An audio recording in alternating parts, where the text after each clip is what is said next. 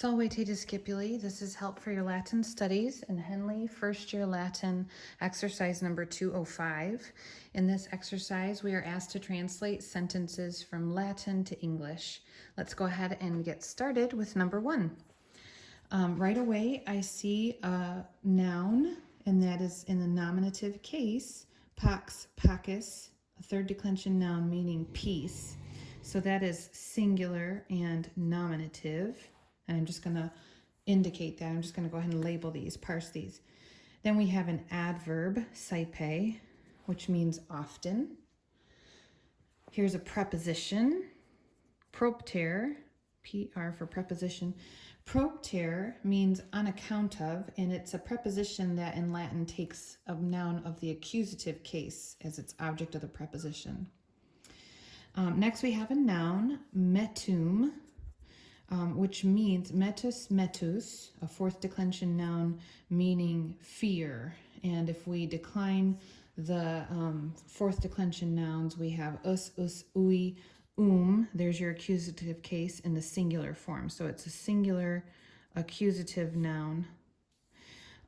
Then there's another noun here, vulnerum, a third declension noun, vulnus, vulnerus.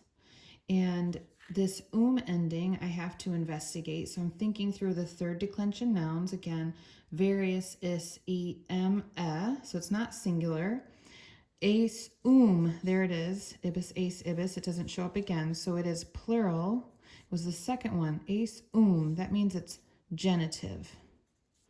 So it's a plural genitive noun. That means it's going to show possession. And we would translate that like of the wounds, because it's plural.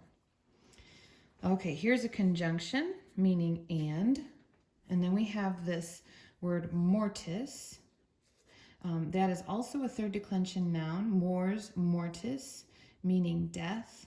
And notice the is ending tells me that it is singular and genitive.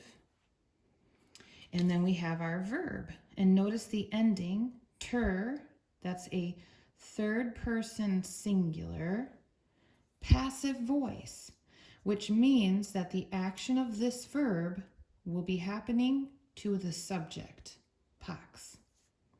Okay, and it means to praise.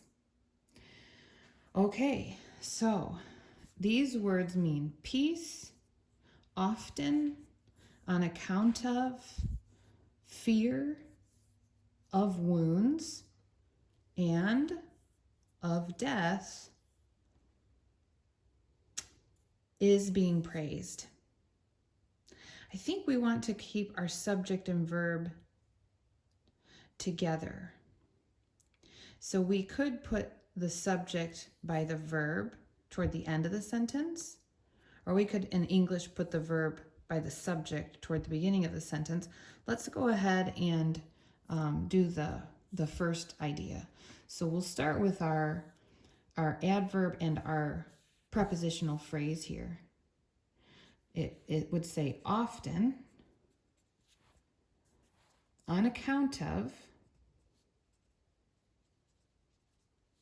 whoops, I forgot an N, on account of the fear of wounds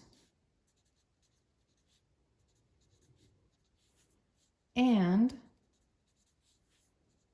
of death. Peace is being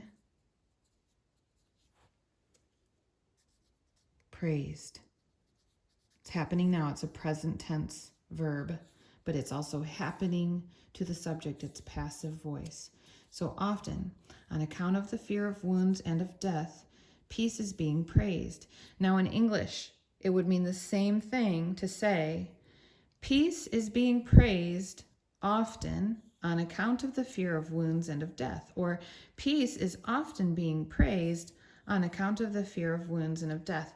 However you would reorder those words is really fine. But this is just one way. I hope that this has been helpful to you, and you have a great day.